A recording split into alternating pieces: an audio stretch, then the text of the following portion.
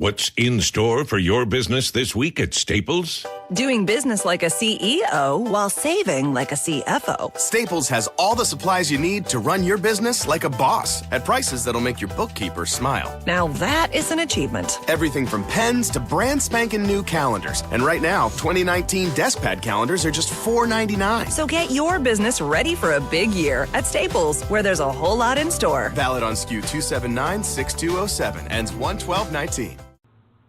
Blog Talk Radio.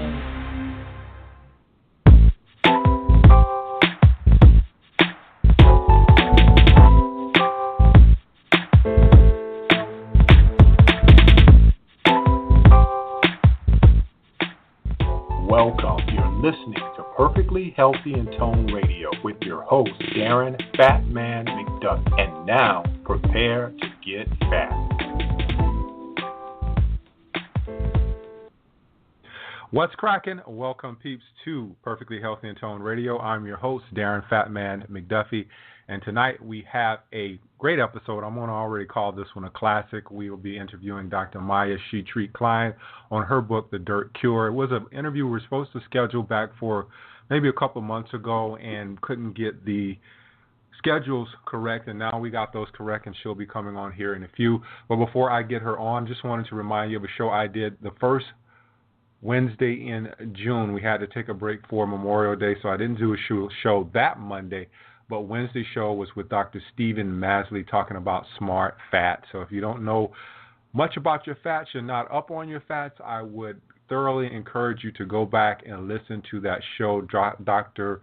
Masley dropped a lot of science in that show about smart fats and how they help us with our hormones and all kinds of things in that show. So if you want to learn more about your health, be a little bit more healthy, get a lot more wellness, I would encourage you to go back and listen to that show as well. Talking about that, would just also say to connect with me on social media. I see a lot of people checking the fan page. A lot of you are not joining the fan page, but I'm going to be updating the fan page. I haven't done a lot in there, shame to admit that, but I will be updating the fan page. I'll be updating my website here pretty soon, and you're going to see a evolution, so to speak, of my merging of health and consciousness. I was always onto the health thing and on the wellness, but now I'm merging a little bit more conscious because I believe that in order to be healthy, you have to be happy. And a lot of us out there are struggling with our health, our happiness.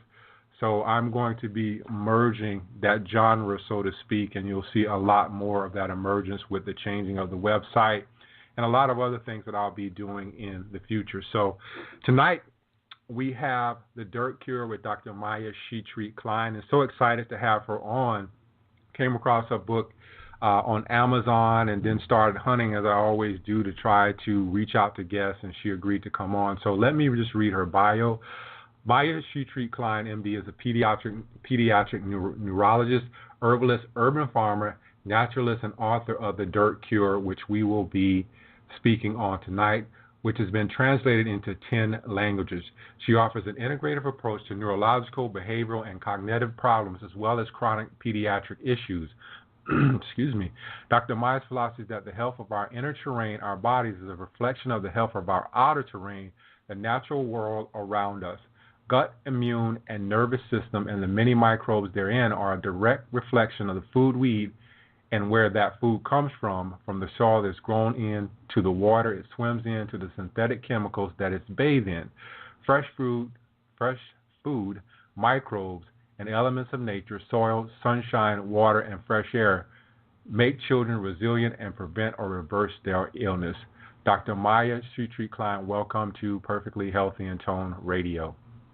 Thank you. It's great to be here.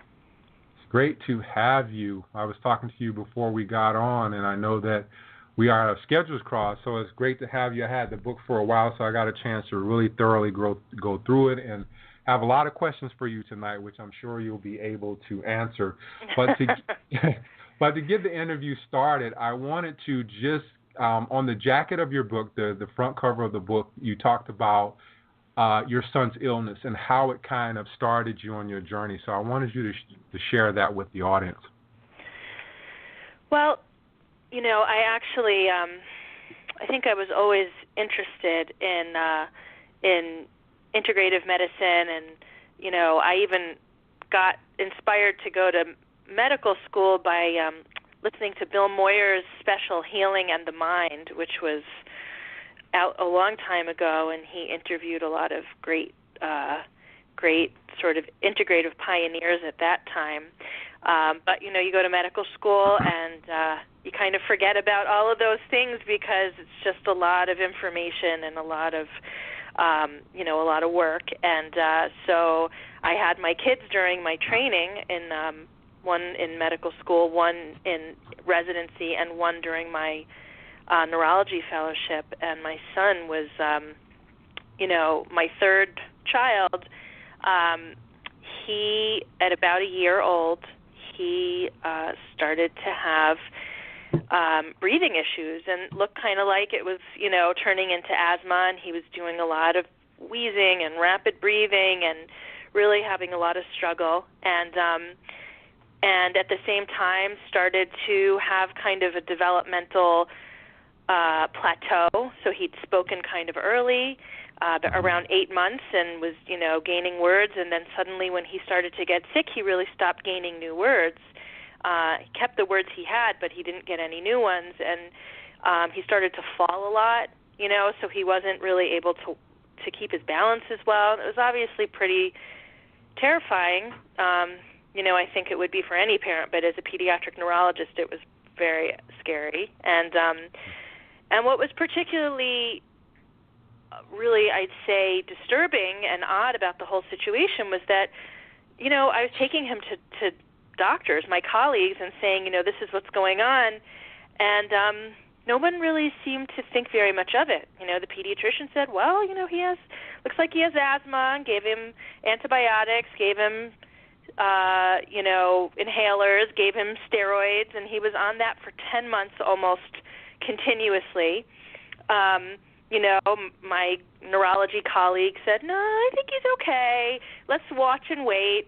And the allergist wouldn't even test him for all the things I thought he needed to be tested for. So it took 10 months of really doing a lot of advocating, researching, and ultimately I found another doctor who did allergy testing and found out that my son had a horrible, severe allergy to soy, and he'd been drinking soy milk every day because he was reacting to dairy. And at the time, I thought, well, soy is good because it's healthy, and he's not getting the food that seems to be making his stomach hurt. And it turned out that was what was making him sick that entire time, which was pretty shocking and really made me rethink everything I'd learned because, of course, okay, so maybe a food you ate or drank could maybe trigger asthma, but the fact that it caused so many neurologic symptoms made me, really open my eyes to the idea that food was playing a much, much bigger role in probably most of my patients' health. And that kind of got me down the rabbit hole. So here I am. Yeah.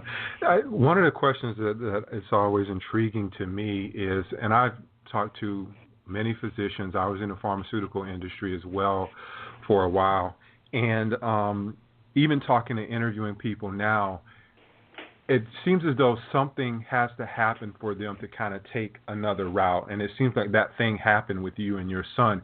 Do you think that if that hadn't happened, would you be on this journey of really kind of stepping out on, I would say, a solo mission and saying, hey, this food is not good for us, this is the things that we should be feeding our children? Have this had not what have happened to your son, how did that influence you? Or would you just still would have been on the same path, you think? Well, I would say, I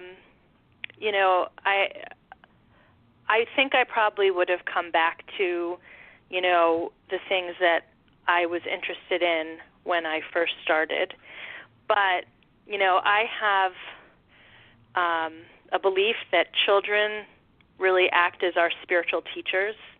Mm-hmm. And, I think that my son kind of really knew how to direct me exactly to where I needed to be, through this process. I mean, I think, certainly it made everything very clear to me. And certainly I think you're right that it's always more powerful when you have to go through it in your own life. I mean, whatever I felt about, holism and, the idea that, the mind-body connection and all of these different things that I really was very interested in and actually even wrote about in my medical school essay. Somehow they let me in.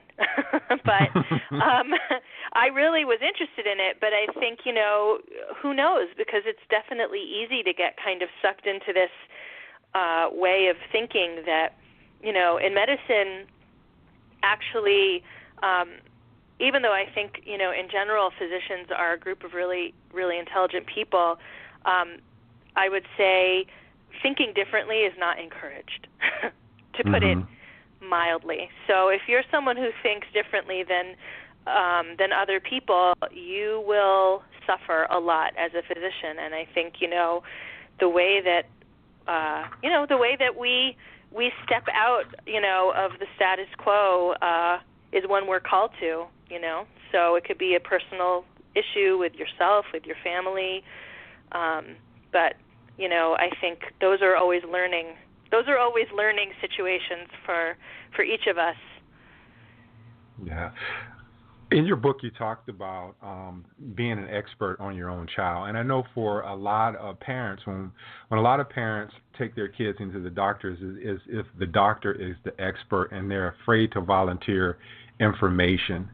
How important is it for you, in your practice, you're seeing children, to get the parents involved and kind of go on the parents' intuition about what they know about their child? Well, my feeling is I'm the expert in what happens in a lot of children, but parents are the expert in their own child. No one can ever know no one can ever know your child better than you do. And so I think that intuition is really invaluable, and I'm very much a fan of. I think it's critical. I mean, it's more than just that I appreciate it, but I think it's critical to really help heal a child to have parents be a part of that. And I've had parents say to me, we've talked about doing a particular course of treatment. They've said, something about that makes me feel really, really uncomfortable. And we might talk about the reasons, but if they say, I just don't feel good about it, I'm not going to try to shove that down their throat, because I think, honestly, thankfully I have a lot of tools in my toolbox. I don't just have one thing to do. Sometimes the thing that we do might end up being medication. Maybe that's going to be the thing that's going to be more comfortable for the parents, and their gut says, yes to that. But for me, having the parents feel good about what we're doing, it's not about me telling them what to do. It's about, working together. And I think that's really critical. I think there are some great doctors who do that, and I think I wish more doctors did, because I know when I'm a patient, when I'm with my kids, I don't always feel respected by, other doctors I go see, and I think that's, it's absurd. I mean, I'm a doctor, and I feel like I have, I would say, an equivalent amount of information often to a doctor that I might be taking my kids to see, at least on some level. But very often, like when I was going to the allergist way back when with my youngest son, I was just treated like a neurotic mother, wow. And that's really demeaning and, disempowering. And in the end, it took what I figured out to help him, not what everyone else was, saying.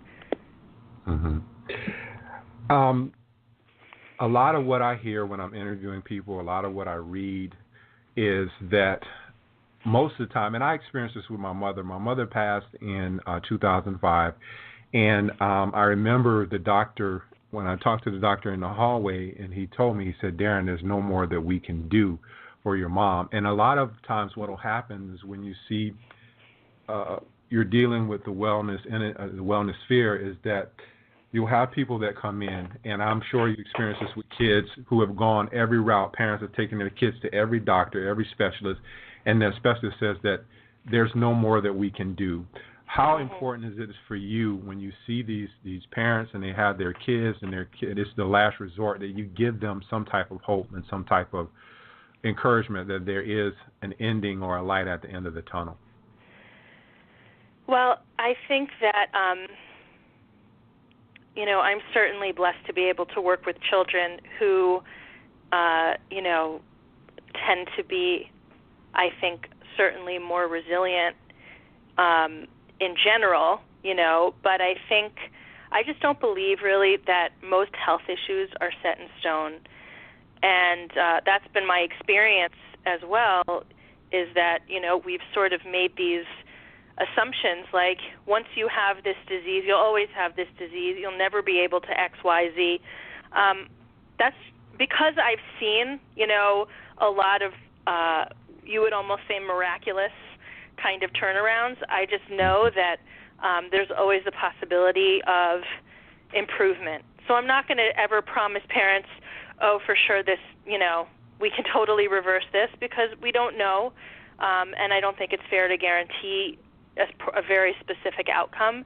But I feel like I can almost always say we are going to help significantly improve your child's quality of life, and it could be anywhere from just like a kid who, who doesn't sleep except for 3 hours a night, getting them to sleep through the night. So I had one child who had autism, and he just couldn't sleep at night. He would be up the entire night except maybe for 3 hours of sleep, and obviously his family was going completely crazy. And when we did a lot of work. They'd come to me, had already seen a lot of doctors. We got him sleeping. It wasn't like he was completely cured from all the things that he was dealing with, but he was sleeping through the night, and his family, everyone felt 1,000 times better, and he felt 1,000 times better. So sometimes it's taking things and, just finding what the most important issue is at that time. But I've seen really dramatic improvements as well. So I've seen kids who have completely kind of outgrown or stepped out of their autism diagnosis, kids who have been in special classrooms, who have been moved to mainstream classrooms and are graduating from high school, graduating from college. I think I've seen incredibly inspiring stories. I've seen kids stop having seizures and not being on medication. A lot of parents are told, your child's never going to get better, or this is a lifelong problem. I just don't believe that most of the time. Yeah. It seems as though, and I'm sure you experienced this and you touched on it in your book, that chronic illness, not just among kids but adults as well, has become the new normal. Why is that happening? Well, I think, first of all, I think it's happening on two levels. On the one hand, it's happening on a physical level. And, that can be anything from, I don't think most people don't even know a family that doesn't have a kid with asthma or chronic ear infections or eczema or ADHD. So many families are dealing with that in at least one of their children. Migraine headaches or, learning disabilities.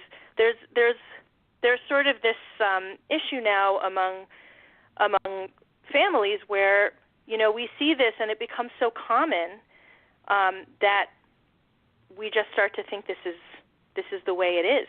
And I've had parents come to me and I say, has your child ever had ear infections? And they'll say to me, oh, no more than normal. So sometimes I have to say, some kids never get an ear infection, have never had an ear infection in their whole lives. And they look at me, these families might look at me completely stunned, and then they say, well, I guess, okay, well, he has an ear infection 3 times a year. And so that could be, an 8-year-old child who's had almost 25 ear infections in their lives, and they think this is normal. So, why is that happening? I think, obviously it's a pretty involved question that I try to answer in the Dirt Cure, but I think the short answer is we've increased we've increased kind of the challenges that these kids are facing, largely, I think, by sanitizing them, using steroids, using antibiotics, using bleach, using hand sanitizer, even keeping them indoors, not letting them get outside and get dirty. That makes their bodies less able to kind of bounce back and be resilient when they're challenged, and we're all going to be challenged. And then I think they're less nourished than they used to be. So a lot of our food is processed, and even if it isn't processed, a lot of it is less nutrient dense. The way that we prepare it, the way we grow it, our soil is not as rich as it was, and, we need to be really mindful, I think, most importantly, about where our food is coming from, and then letting kids get outside, get dirty, not medicating them for every little infection, and let them become more resilient. Yeah, I wanted to ask you a little bit more about that. And I'm going to use a term called wussy. Are we making our kids wussies? Because I remember when I was a kid, I played in the dirt. I mean, I would go out after it rained and stomp around in the puddles and do all kinds of things. And I don't ever remember being that sick. And I don't see kids doing that now. I went to the beach. I live here in Florida. I went to the beach Sunday, and I saw some kids playing in the sand. But as a whole, you don't see kids now playing in dirt, playing in sand, and getting dirty outside and really enjoying the earth anymore. Has that kind of made the kids today more what I would term wussy-like, that they can't bounce back, their immune systems are not just as built, as strong as, say, mine was when I was their age? Well, I think that there's a certain element of truth. I mean, I would say we're definitely very fearful. I think parents are very fearful, and, everything feels scary. If your child has a fever, it's scary because it could mean terrible things are going to happen. We've become very afraid of that. If your child's outside, there's stranger danger. They could, fall off their bike or fall out of a tree and break a bone, get hit by a car, right? There's all these things. Even, when I put up pictures of nature in, PowerPoint presentations I've done, I had one parent come up to me at the end. She was very upset because I had a photograph of nature that had a deer, a beautiful deer. She came up and said, "I'm so upset that you put that in there because, my child has suffered from Lyme disease, and I've suffered with Lyme disease, and when you put that deer there, it's like, all I could think about were ticks." And I think people, obviously Lyme disease has become a real issue, but it's, all of these things are kind of scaring us indoors, scaring our kids indoors, and it's sort of making us very fearful and making them very fearful. And so I think ultimately, what's happening outwardly, and what we're seeing, the way we're treating our kids, it's also happening inside in the way that you mentioned, where their immune systems their guts are not getting exposed to all the organisms, the diverse organisms that they need to be exposed to. Their immune systems are not kind of learning how to interact with very diverse organisms and compounds in the way that they used to, and that they need to. They need that in order to develop appropriately. And their nervous systems even aren't getting the same kinds of stimulation, from getting outside and doing all the kinds of things that kids naturally do. I mean, I too, I used to bike around the neighborhood. We didn't have cell phones. My mom didn't really know where I was. She knew I was in the neighborhood somewhere. And I would just be on my bike, and I was like, whatever, 8, 10 years old. I'd go play by the creek. I'd go to this friend's house. We'd all go to that friend's house. And then when it got dark, that's when we were supposed to all come inside. And, we're the parents now who most of us lived like that, and we're seeing, we're not letting our kids do the same thing. Yeah. My mom used to say, don't let the street light beat you home. So you knew to have your butt in the house by the time it was dark. I'm going to just speak on my own personal experience here, and one of the phenomena that I experienced when I was in pharma was I sold antibiotics. That's my primary product line. And it was good for me then because anytime a doctor wrote a script for antibiotics, I actually benefited from that. But one of the strange things that always came out of that in my conversations with medical doctors was that when parents brought their kids in, they would specifically request antibiotics. And what I saw was building of resistance to the antibiotics because the doctor was never making sure that it was a true bacterial infection versus a viral infection. And so the doctor would, because the parent would request it, the doctor would just write the script, and then next thing you know, the child wouldn't get better, and then you have to go to another degree of antibiotics, something stronger, in order for it to work. And I'm sure you've seen that or heard of that phenomena as well. There's two degrees to this question because you get people who are on the holistic end where, okay, I don't want to give my child any antibiotics because they know the effects of antibiotics. But then again, something could occur where they need the antibiotics. So I guess what I'm asking is, when does the benefit outweigh the risk? And when should you wait? Should you just say, hey, you know what, my child's sick, I'm going to wait a week or, a couple of days before I go to the doctor and request antibiotics or get some antibiotics? When is that? Is there any safe timing there? How long should you wait before you want to throw antibiotics on something? Or you might say, well, maybe I can use something like an essential oil. What's the time frame there? Yeah, I think that's a really important question. I think that comes along both with treating fevers and what do you do when your kid has a fever, and it also comes when we're asking the question, are we ready to really kind of treat this infection? And I would say two things about that. When it comes to a fever, the American Academy of Pediatrics actually says fevers that are less than 104 are actually not dangerous in terms of the temperature. In other words, a fever can be a sign of a serious infection. But so if you see a fever in a newborn, that's very, you take that seriously. If you see a fever in a child who's really immunosuppressed, let's say on chemotherapeutic, so take that very seriously. And if you see a child, your child looks toxic to you and you think there is something really wrong here, which gets us back to that parental intuition, then, yeah, they need to be looked at right away. But most of the time, because fever, of course, can be a sign of a serious infection. That is a reason that you could have a fever. Most of the time, though, fever is actually the body's own form of an antibiotic. It's actually fighting the infection for us. And it actually, there's a whole cascade of other things that are not just the fever. The fever is one symptom of this whole, what we call an inflammatory cascade, that is actually taking care of us, making sure that no organism's growing too far out of control, so we're not going to have a serious infection.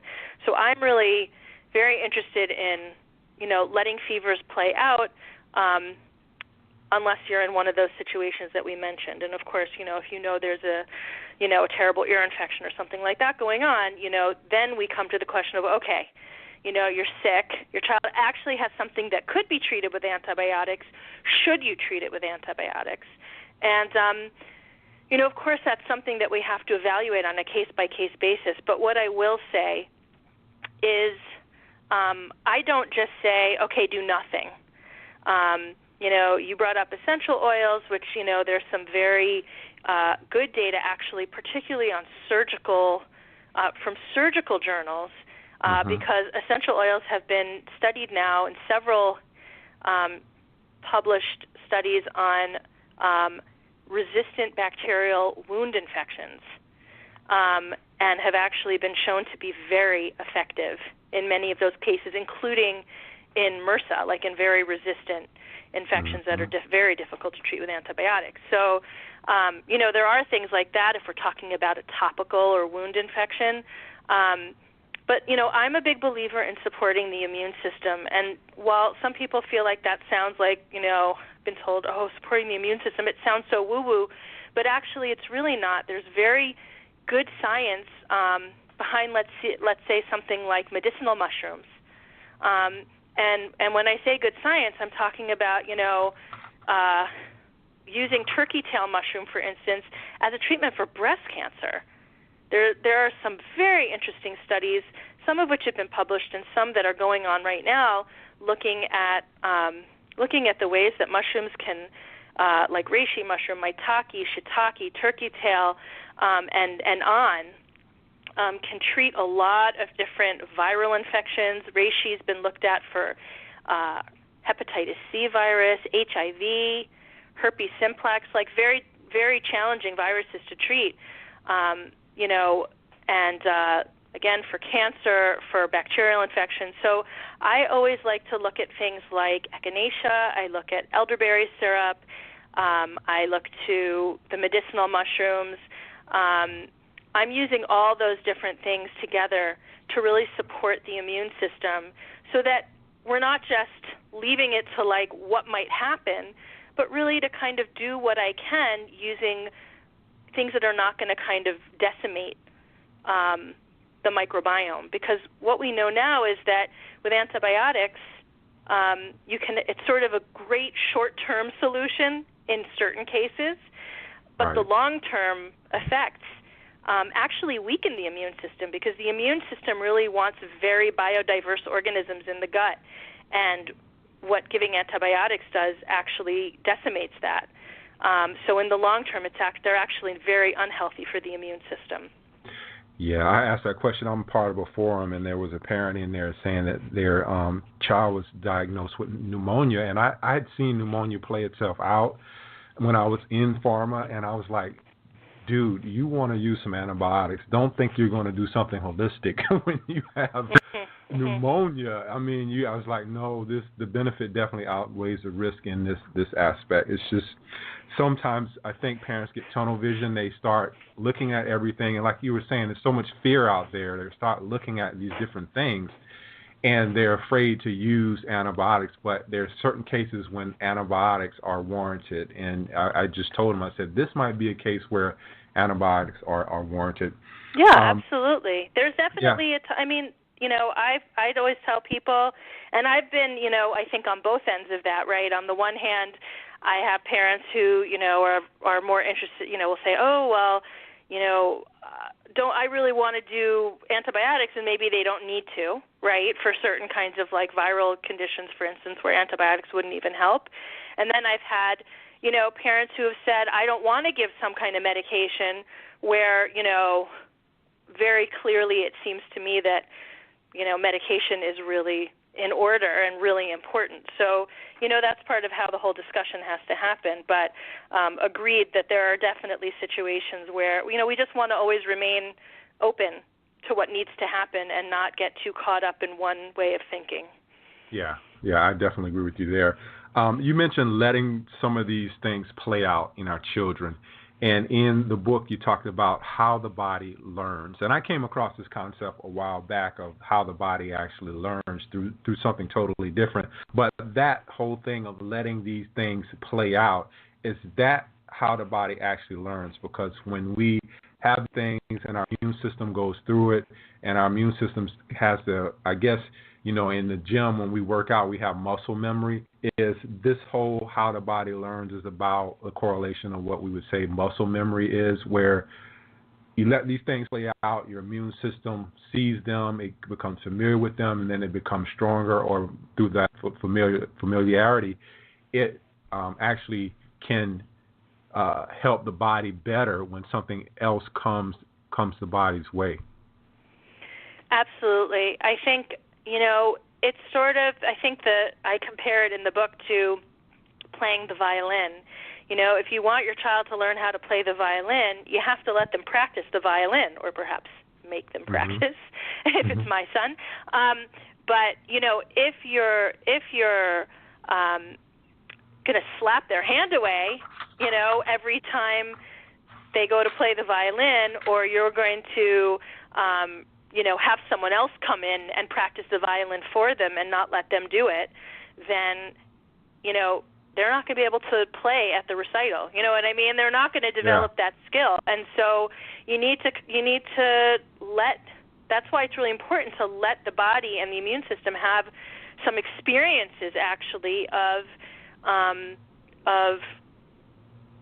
of fighting and vanquishing infections, because each time the immune system is always learning. Every second it's learning, and each time that it overcomes something on its own, it's stronger for the next time. And, the next time might be a bigger infection, a bigger problem. So whenever it's possible to do it, when you're not in that situation that we just discussed where, you better get, now's the time for antibiotics, right? I mean, there are times like that. When you're not in that situation, if it's possible to let things play out, sometimes it's worth doing that because, ultimately we're thinking long term, and we want that strong, resilient immune system that already knows how to fight and take care of things. Yeah.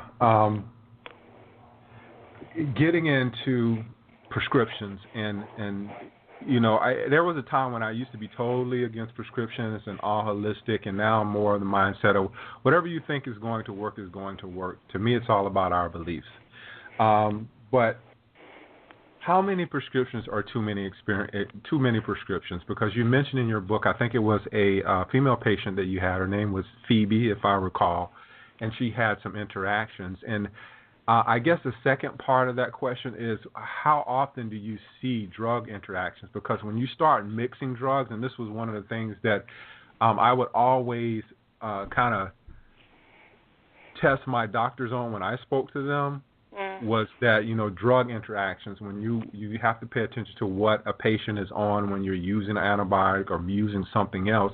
How often have you seen where they have all these prescriptions and they're having different type of drug interactions? Well, the first part of that question is, when it's how many prescriptions are too many. I mean, to be honest with you, whenever I start a medication, and I do write prescriptions sometimes, or e-prescribe as it is now, the state of New York.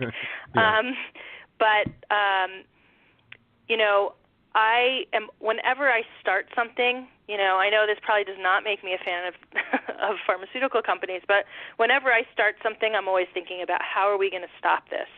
So to me, I guess I would say if you need to be on medication, you need to be on medication, but also I always want to have in my mind, how are we going to get this person off of medication? And I usually am able to do that using, diet, nutrition, herbs, mind, body, the belief system, right? I mean, all of those things together, and there are many things that I think are elements in getting people off of medication. But in a sense, I would say if you need medication, you need it. And on the other hand, I would say I'm always looking to have someone on no medication. I'd rather someone be on botanicals because our body has evolved, Our bodies have evolved with botanicals over thousands of years. And, pharmaceuticals, while they can be very effective, and while, I've wanted to get down on my knees and, say, cry and thank sometimes when, a pharmaceutical helps someone who's really suffering. I think our bodies struggle with them more. It's putting another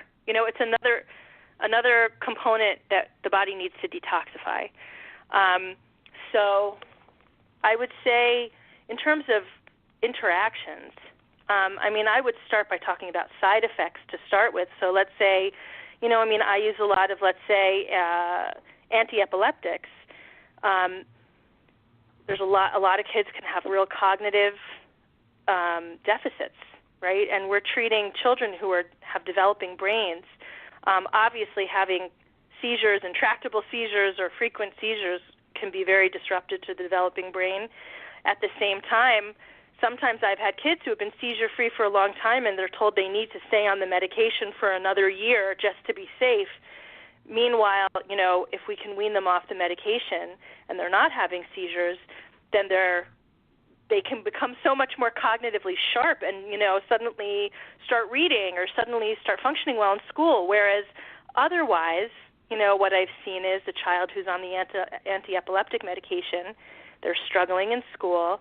Then, the doctor might come along and say, well, why don't we start, a stimulant to help them focus better? So now they're on two medications because, they needed to be on something for the seizures. Now they need to be on something because the seizure medication's making them dopey.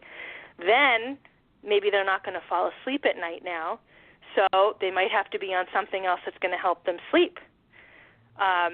So it can get, just in terms of dealing with side effects, it can get pretty ugly. And, of course, as you say, drug-drug interactions are a whole separate element, but something that can be particularly difficult in children. So, I think, we have to I think what it comes down to is we really have to treat the pharmaceuticals that we're using with a lot of respect and care, because they're very, very strong. And I would say that even tenfold for children. Whatever it is in adults, it's 10 times more so for children. Yeah. So I've had a lot of jobs. I was in the pharmaceutical industry, and but they've been kind of added to my experience, and I've always said that this path was meant for me. But just recently, maybe 2 years ago, I was working in a food sensitivity testing lab, and some of the things that I thought were really miraculous when it came to kids, and I wanted to get into talking a little bit about that because you actually mentioned a lot about food allergies, food sensitivities in the book. Explain what food allergies, food sensitivities are, and then just explain that, and then I have another question for you. So, food allergies and food sensitivities are, and they're two different things. I mean, food allergies are particular, in theory, a particular set of antibodies, IgE antibodies, against particular foods, or of course can be environmental, pollen and, animal dander and other things like that. And the classic presentation that everyone knows about with allergy would be things like hives, things like wheezing or swelling of the mouth and swelling of the tongue, or of course, the dreaded anaphylaxis, where, it can become like the throat closes up completely and, can't breathe. Sometimes vomiting is another way that food allergy can present. So there's a very particular set of symptoms that were always, I think, assumed to be food allergy, and other things were not. And the things that might not be IgE-mediated, there are other antibodies that can react as well to food or components of food. And the presentation might be a little different. It might look like an allergy, or it could look like other things. In the case of my son, for instance, although he did have an IgE-mediated response to soy, which was a true allergy, and he did have asthma, his asthma wouldn't develop until the next day or the day after he would have a soy exposure. So once we removed soy, within 3 days he stopped having any asthma at all, unless he had an accidental exposure. And of course we discovered soy was secretly in everything, because soybean oil in particular is used in every restaurant. So that was, an unpleasant discovery. But sometimes you can have a delayed response, and this is really important to know because, we think of anaphylaxis, for instance, that classic allergic response is something happening within, seconds, minutes. But these other responses that can be delayed can be 24 hours later, 48 hours later, even 72 hours. So you really need to think, if you're concerned about a food allergy or a food sensitivity, you need to be thinking about what did, I eat, or what did my child eat in the past 2 or 3 days, because sometimes when the immune system gets activated, the symptoms can kind of come one after the other, or even delayed 2 to 3 days. Yeah. And I guess the second part of that question, after you explain that, which is a great explanation, by the way, would be, can these things affect the child's learning? Like, a lot of children have problems in school. Like, when I was a child, I used to have problems sitting still in school. That was always my report home. Your child has trouble sitting still in school, and I learned later on as an adult that I did have food sensitivities. but I didn't know it back at that time, and it wasn't as big as it is now. But I'm just wondering how often is that we're diagnosing these kids with ADHD and other types of things when it's just that it might be a food sensitivity, a food allergy that they might be suffering from. Yeah, it's actually far more common than I think any of us imagined. Certainly certainly not what I was taught in medical school residency or in neurology fellowship. And I remember talking to one of my attendings during my neurology training, and I said, I really think that food is a way that we could treat a lot of these kids who have attention issues. And she said, well, that's always what the parents want, but you're always going to have to come back to the medication. So I, of course, did not follow that advice, and I went and I looked in the scientific literature, and a lot of that, is in the book. But, what I found was, on the one hand, there are a lot of food, sort of processed foods and food additives that can actually be very irritating to the nervous system, particularly for some kids. So that can include things like preservatives and food dyes, which actually were found in a study years ago, a landmark study, to increase hyperactivity, and that was looked at in children who I think were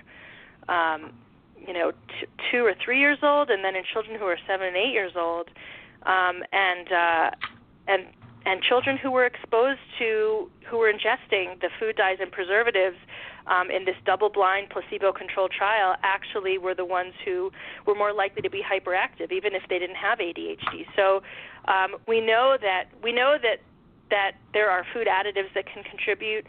There are kids who clearly react to sugar, and you can watch it, happen, where behavior can become just completely off the wall.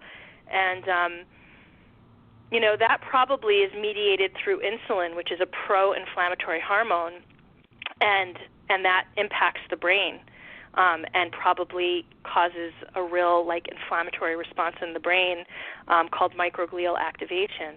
And that can actually lead to significant attention, behavioral, et cetera, kinds of issues.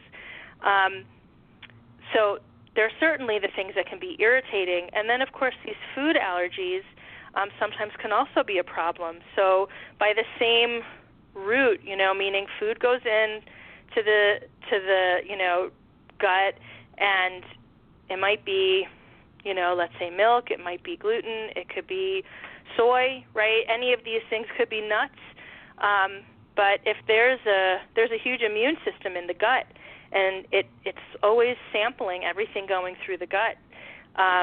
Once it gets activated, the immune system says, okay, there's a problem here.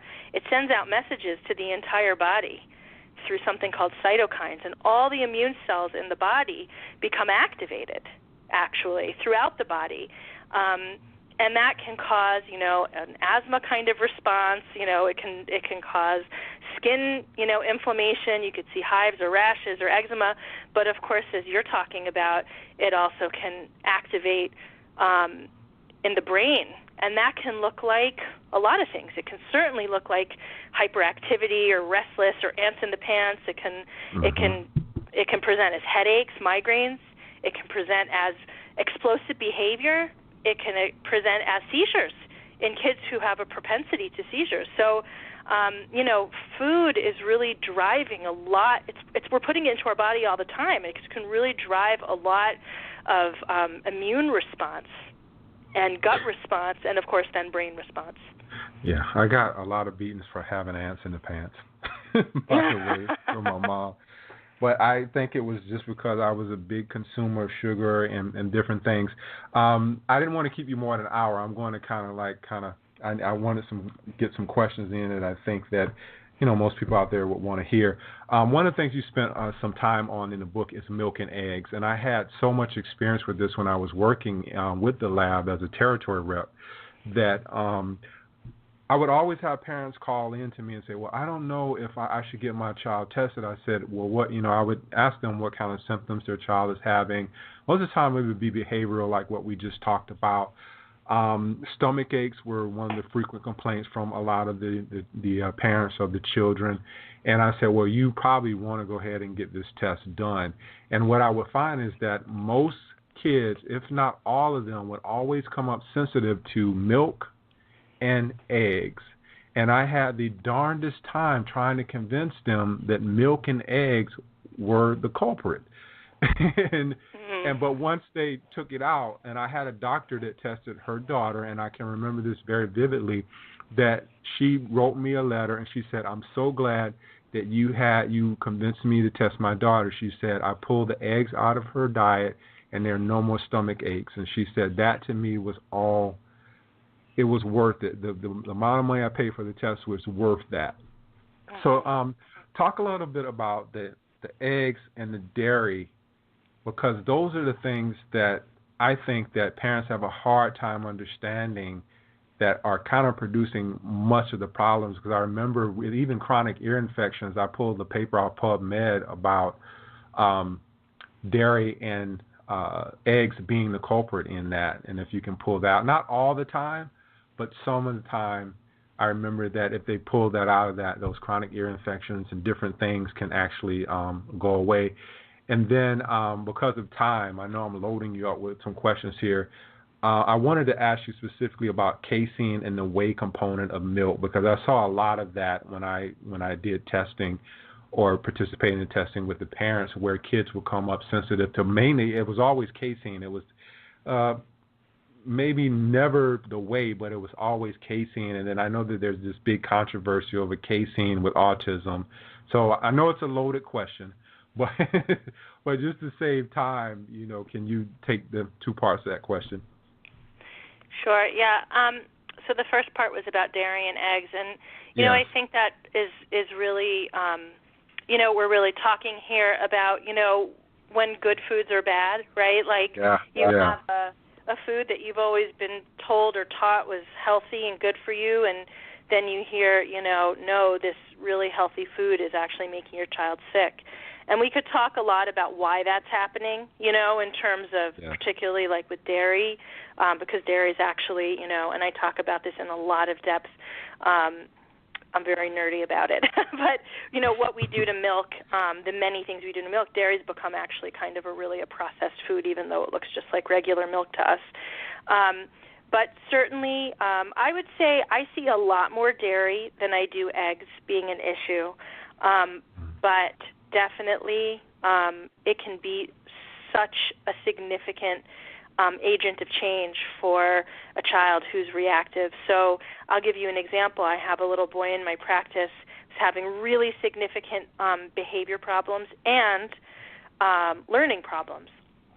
And hearing his story, there were just things, I thought, I think dairy might be an issue. He had some skin inflammation. He had a history of croup. He had issues around a year. That's when a lot of his issues started, which is often when milk is introduced. And so I said, let's take him off dairy. And, the parents really did not want to do it. Same kind of thing. They were like, what? No. They did it finally. And 1 month completely dairy-free, and they had a new child. They called me and said, it's like I have a whole new child. He goes to school. He does what he's supposed to do. He's learning better. Everyone thought we medicated him. No, they did not medicate him. They just took him off of dairy. Then I got a call from them a couple months later saying, he's much worse now, and we don't know what to do, and he's still off dairy. So we talked on the phone, and I said, what is he eating? So she said, well, suddenly she's mentioning these little bits of dairy he's having. She said, well, we started to add it back in. Like, on Christmas he had a little bit and actually didn't really bother him. So then we thought, okay, well, here and there he has it, but really, he's been fine with that. And I was like, well, you're telling me he's not fine. So how about we stop the dairy again, 100% off? And they did. And again, I got the same phone call. I have a new child. We have him back again. We didn't realize. And what it comes down to is I never want to stop a food, a whole food that a child tolerates well. I want a child to have as diverse a diet as they can, of obviously healthy, whole, fresh foods. However, there are times when foods like that can really become problematic, and it's always worth it in my mind to do a trial off. Nothing's going to happen in 1 month. You stop a food, you see how they do. If in 1 month you should at least see some improvement. Sometimes it might take longer to see the full improvement, but in 30 days you should know. So from that perspective, yes, absolutely. I'm always looking at things like dairy, gluten, eggs. Citrus is one a lot of people don't think about. Nuts, obviously, peanuts, soy, corn, all of those are really common allergens. A lot of them are hidden in foods.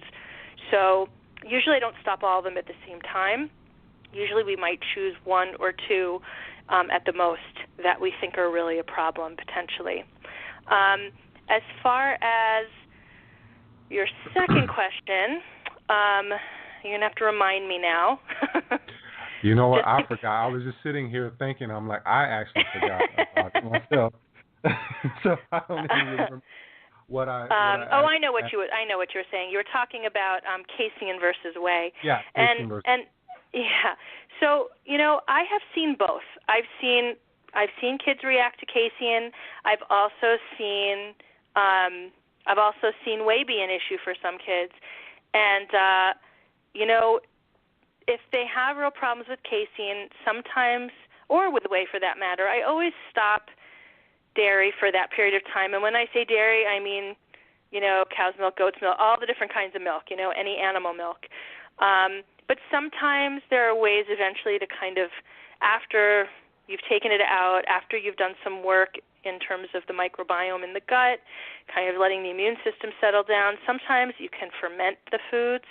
That even can go for gluten in some cases if you sourdough it a couple times over. Not necessarily in celiac, but if someone has a gluten sensitivity, or when it comes to things like dairy. And I do look at casein versus whey. Goat's milk is much higher in whey, so if someone has a casein issue, sometimes they can tolerate something like goat's milk yogurt because it's fermented and it's mostly whey. So there are ways to kind of play with this over time, and to try to integrate foods back into the diet if they can be tolerated. But I do always recommend, if someone's had allergies, either cooking foods for a long time or fermenting them, sourdough, ferment, sprouting, a lot of different ways to try to kind of help break down some of those proteins. And when I say allergy, I just want to be clear. I'm not talking about reintroducing if someone's anaphylactic. I'm talking about if they're sensitive or if they have a very mild allergy and it looks like they might be able to tolerate the food in a fermented way. Yeah. I got two more questions for you. I think we might run a little bit over. I never try to keep anyone more than an hour, but hopefully you can answer these real quickly. And I feel like I cheated the audience because I had so many questions, but the conversation was going so good, I was able to ask all the questions that I want to ask. But one of the things I came across, I interviewed Dr. Allison Seebecker, I think it was 2 years ago, and we had talked about this, and it came back up in your book, and I wanted you to talk about it as well because I needed to have my memory refreshed. But immune health in C-section, if a baby is delivered by C-section, versus being delivered vaginally, and how that affects the immune system. Well, we've seen that children who are born vaginally have their gut basically seeded by vaginal flora. And this is actually, the way we're sort of designed to work. When a baby is born by cesarean section, what they found in the digestive tract, instead of that vaginal flora, is skin flora, a predominance of skin flora. And so that, obviously that's different. It's different as a way to kind of seed the gut in the beginning of life. And in addition to that, sometimes women who are giving birth vaginally end up getting antibiotics, but women who are are delivering by C-section get a big dose of antibiotics, which actually can impact both them and the baby.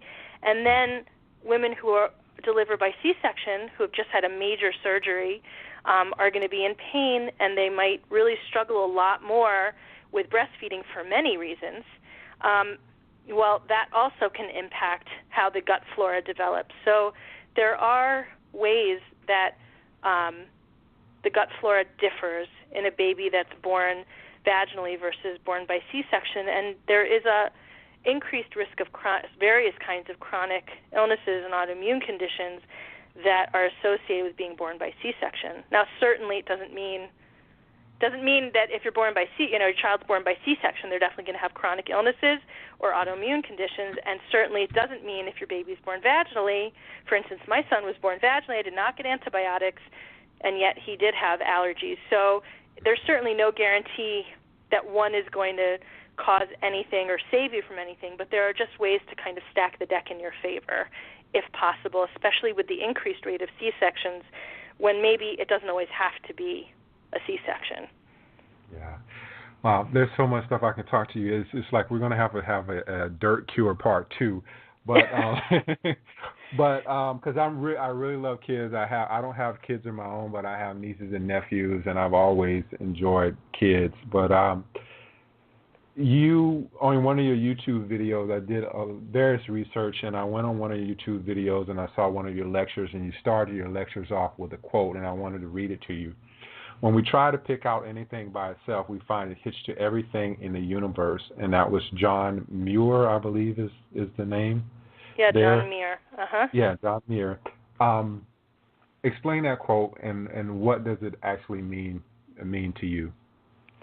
Well, the reason that I put it in the beginning of my talks, there's this idea that in medicine, I think, this is certainly not, I think, the whole meaning of this quote, but that's the beauty of Yeah. writing, is we can apply it to whatever we're thinking about. In medicine, we've become very reductionist, and in science in general, where we think we can take everything apart, look at it in its most sort of purified form, and then we try to come to conclusions about very, very complex processes of nature by looking in these kind of little pieces. And I think there's something to be said, obviously, for trying to take things apart and understand each piece, but really we have to acknowledge that we are looking at very, very complex systems. The gut on its own, with all of the microorganisms in there, with the whole immune system that's in there, with all the neurotransmitters that are in there, it's a universe. It's just a universe right there. I actually, in a teaspoon of soil, we have, nearly as many organisms as there are people on the planet. We don't have any sense of the level of complexity that we're engaged in. And so we make these changes, and then we have all these unintended consequences that we don't perceive at the time, that we're very short-sighted, which is partly because we can't see the whole picture. We're smart, but we're not that smart, and so, we're learning now, for instance, just about antibiotics we were discussing earlier. You take one round of antibiotics can change the gut flora for up to 1 year. A recent study showed that, and that's really a huge unintended consequence, right? So, we've removed the appendix for all these years, even presumptively, before anyone got appendicitis. Meanwhile, it turns out that the appendix is actually a trove of ancient flora that's constantly replenishing our gut diversity. So I think we just have this limited way of looking at things, and when we make a change, we don't think of the big picture. So that's what I love about that quote, is we really have to honor, the complexity of nature, because nature's had a longer time to work these things out than we have, and it does a pretty good job most of the time. Yeah. It's like science is one of those things that people think it's concrete, and it's like it's ever evolving. We're still finding out more and more, because even I think 5 or 6, 7 years ago, no one was talking about the microbiome. Now everybody's talking about it. So it's like everything is continuously evolving, and if you're not keeping up with it, you're going to be pretty much left behind. But I even hate to let you go talking to you, but I know you have a life. But if you could give us your website and maybe tell us, because I know there's a lot of children out there, parents out there looking for help for their children, if you do Skype consultations or anything like that. Yeah, I absolutely do. I would say, many of my patients are, they might come to see me, and then we might, they might be from far away, and we might follow by phone or by Skype. So I have done that for many years, and and of course I love to get to see my patients in person whenever possible. But, I have a practice, and I hope, the reason that I wrote The Dirt Cure was so that people could have a resource to get started with, because, we need more doctors, more healthcare practitioners, and more parents to feel like they know what the first steps are. And then people come to me, and we take it from there. Yeah, and your website is Dr. Maya. Is it Dr. Maya Shetreat-Klein .com is what it is, or? Yeah. So there's MayaShetreat-Klein.com, or if you just go to dirtcure.com, it will also take you to my website, which has information about my book. It has information about my practice, and it has information about the Therein Institute, which is a training program that I'm going to be starting in the new year. So you can look out for all those things at dirtcure.com. Yeah, and the book is available on Amazon. If you go to Amazon, I think everybody pretty much shops Amazon now, unless you have a local library. I don't know. I don't know. I will say I'm a big fan of. I've been doing some book readings in independent bookstores, and I have to say Amazon is so convenient. But to me, I love going into a bookstore and buying at the local bookstores because it's just so much fun to go in and get to touch the books and kind of be in that nice setting. So Amazon, or go to your local independent bookstore and have a little enjoyment for yourself. Give yourself a treat. Yeah, I'm like you. I'm a fan of the books. So a lot of people like Kindle. I'm like, I want a book. I like to read the books. I'm a big highlighter as well. I like to sit there and highlight stuff. But yeah. Dr. Maya, thank you so much for your time. Actually, I'd love to have you back on at some point in the future. We'll have to figure out what we can do. But thank you so much for your time, and enjoy your evening. Really enjoyed the interview. Thank you so much. It was a pleasure. Take care. Thanks. You too. Thanks. All right. It's another one in the books, and I kept her 7 minutes over. Can't believe that, guys. But sometimes information is just that valuable. But didn't get to any of the questions. A lot of the questions that I had, sometimes the interview takes you in a different route as what you plan, but got a lot of good information in there.